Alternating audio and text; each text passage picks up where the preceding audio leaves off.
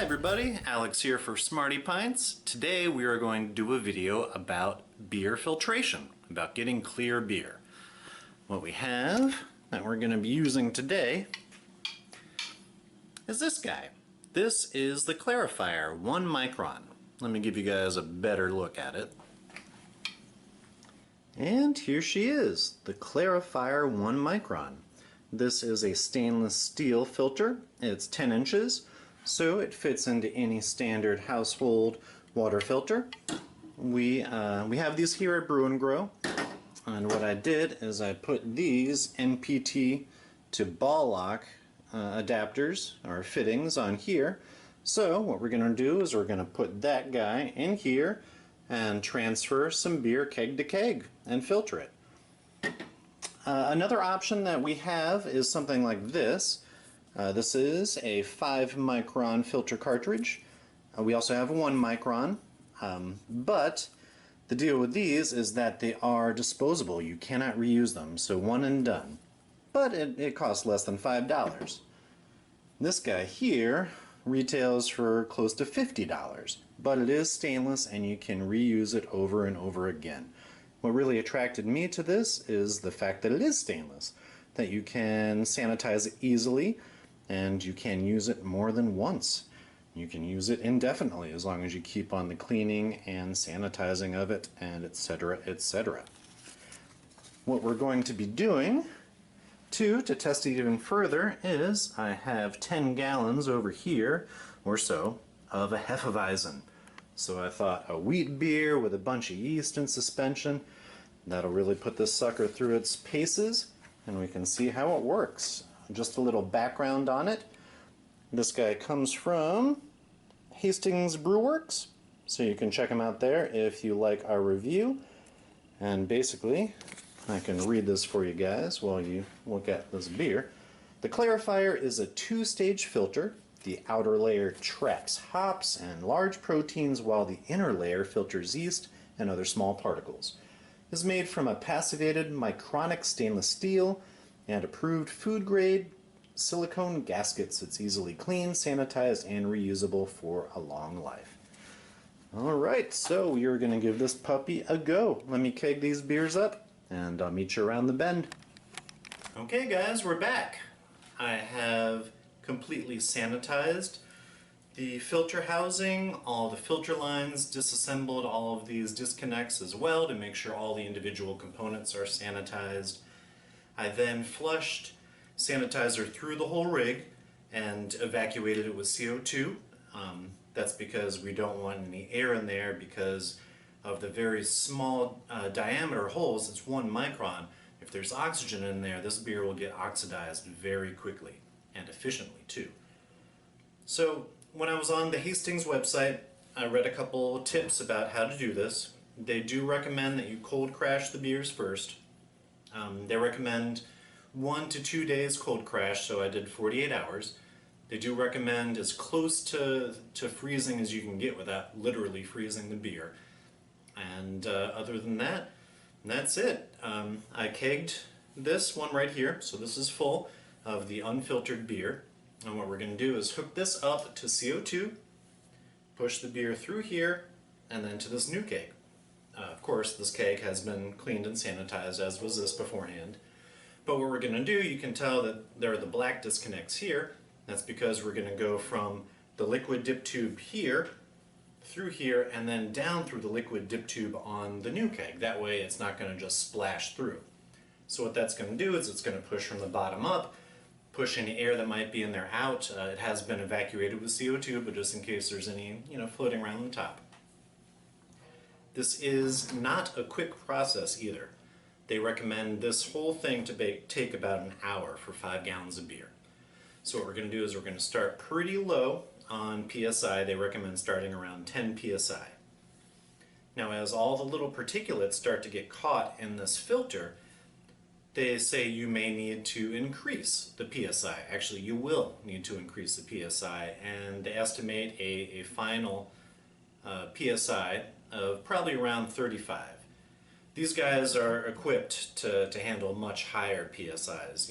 A regular household filter is going to be equipped equipped for 60 to 80 psi, so don't worry about this blowing out. And yeah, I guess that's it.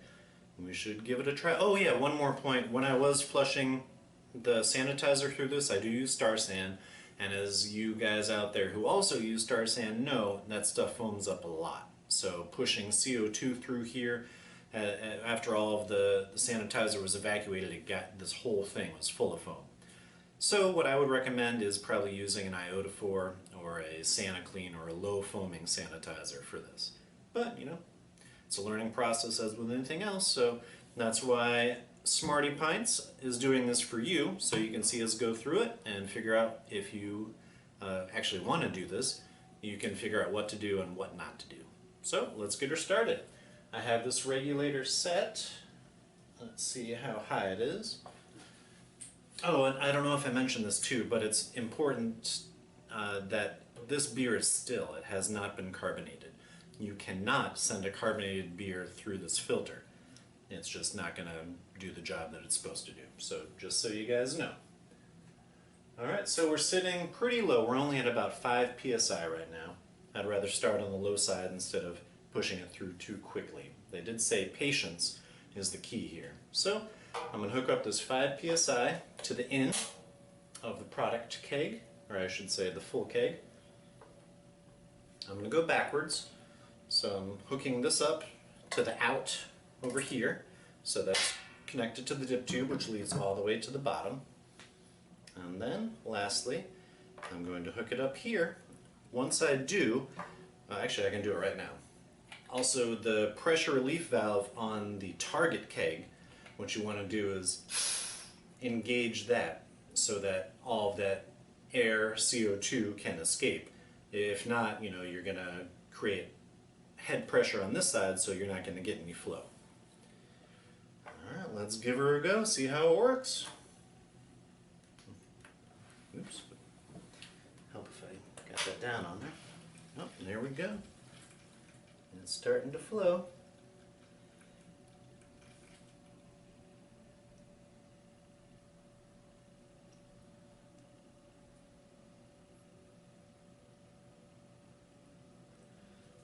Alright, we're getting some flow through here. I don't know if you guys can see that.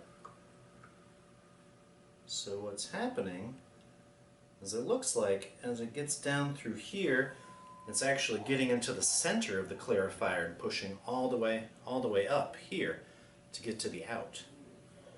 So I'm assuming the longer we go, as more of those pores and holes get filled on the bottom, this level will go further and further up. Something else to note is because this is all a closed system and it's all been evacuated with carbon dioxide, the still beer, as it goes through those small holes, you see this all through here, all these bubbles, that's a good thing. That's actually going to help us force carbonate it quicker. So it's actually doing a little bit of that step here as well.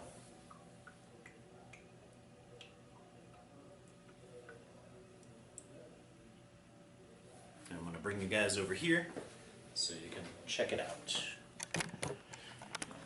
Actually, we can do it from your side. So yeah, we can see how cloudy that is. And unfortunately, it's all CO2 bubbling through here, so we can't quite get a good picture of how clear that is going to be. But what I'm going to do is I'm going to leave you guys here for a second. Let's make sure you have a good view. Obviously, we're not going to leave this running the entire hour, but I want to at least let you guys see if this reaches the top, which it looks like it's just about to do. We'll give it a little bit.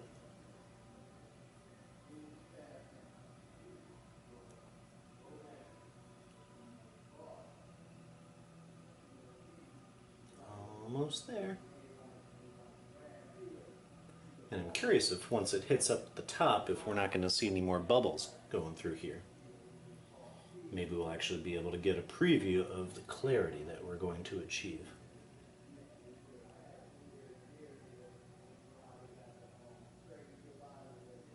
And again, clarity is definitely not the end-all be-all. I've said it in videos before.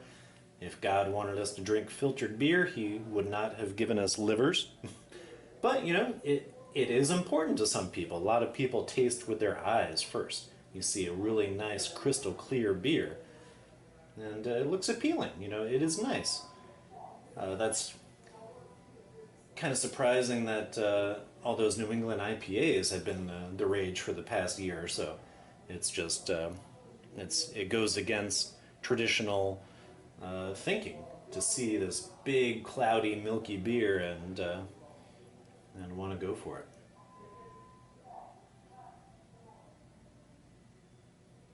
Okay, well, we're pretty much full up to the top, and there's still a lot of CO2 coming through, but definitely not anywhere near as much. And yeah, look at that. And that is some clear beer. Holy moly. It looks like water, it's so clear. Yeah, it goes from that to that. Obviously, this is a lot thicker, so there's more going on there, but yeah, look at that. Real clear. And then we come over here, and you see we're only pushing at 5 psi right now, actually slightly below. So, curious to see how this goes. I'll bring you guys back in a little bit, okay? Welcome back, everybody. I just wanted to give a quick update. You can see here we are only about 12, 13 psi, but we've been going for a solid 20 minutes now. And you can tell by this condensation mark on the keg, we are just about halfway through. So we're going a little ahead of schedule. But then again, I don't know, it might just slow down as we get closer to the end, as more particles get caught in that clarifier filter. But yeah, I'm pretty impressed so far. We're not even at 15 psi, and we're about halfway through. And we're right on the money as far as our timing. It could slow down, like we said before, but I'm impressed that it's doing so well, especially for a wheat beer. I don't know if I mentioned that at the beginning, that this is a Hefeweizen recipe. This particular keg that we're pushing through was actually an American yeast strain. It was the American wheat. The other half that we'll do after this, that one was the Weihenstephan yeast strain. You know, that's a German wheat strain, so more of a traditional Hefeweizen. But I knew that I intended to make a Crystal Weiss out of this beer with the filter, so I wanted an American option that didn't have quite as many of those banana, clovey esters, etc., etc. But I wanted to show you guys this over here. That is why they recommend doing the cold crash. Look at that, just 48 hours cold crashing and all of that yeast came out. So I highly, highly recommend I highly recommend doing that step. Do not skip it, because it does serve a purpose. All of that stuff would be giving us a headache in that filter right about now. But instead, it's smooth sailing so far. So yeah, I'll bring you guys back for another update when we get closer to the end. Okay, we're back. You can see we have bumped up the PSI quite a bit. So we are creeping up towards 20. And from the condensation you see there, if you can make it out, that's right there, we are very close. By my watch, we're creeping up on 50 minutes, so pretty much right on par. I know it did say that the PSI could creep upwards of 35, but maybe that's for an IPA with a bunch of dry hops or something like that. We've gotten pretty lucky so far, so I'm going to keep you guys live while we get down to the bottom. Just to finish it out, I'm going to bring the PSI up just a little. So we are now rocking right at 20. And I cannot even see the condensation mark over here, so we must be very low. We'll keep an eye right in here in the supply line. See if we start to see any CO2 come through. The good thing about this is once we run this down and it starts to push CO2 through, if we're pushing CO2 down through this dip tube, all it's going to do is start bubbling CO2 up through it, so it'll help us force carbonate it a little quicker as well. So we'll see when we get down how it does.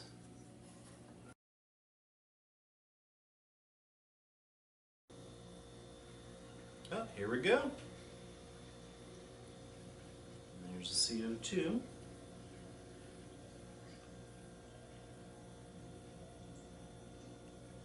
Curious to see how much of the beer that's in here we're actually going to draw out. Looks like not much. Now we can, I was reading this on their website, we can invert this.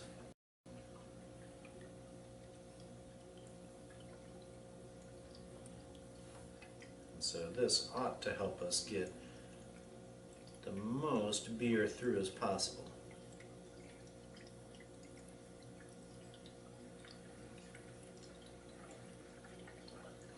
Yeah, that looks more like it. They had a picture on their website too of a canister of their filtered beer, and it was right at about that level when they were all said and done. So yeah, I think we're good. What I'm going to do is I'm going to shut this down, and I'm going to let this sit for a little bit and see if we get anything settling out. Actually, you know what? I'm going to bump up this PSI a little bit too, because all we're going to end up... Oh, shoot. I got to show that to you guys. Beer started bubbling up through that pressure relief valve because I had it open, and so it was all foaming through there because we're bubbling CO2 up through the beer. But yeah, all right. I think I'm gonna cut her out here, and we'll catch you in just a second. It's moments like these that I live for, when stuff goes completely opposite the way you think it's gonna go. I think you know what I'm getting at. Let's take a look. Right here, that is a sample that I pulled before filtration. Okay, cool. It looks pretty hazy. This is the hazy stuff that's left over. And then this is the filtered beer. It's just as damn hazy as it started out. Look at this. There we go. Before, after. Before, after.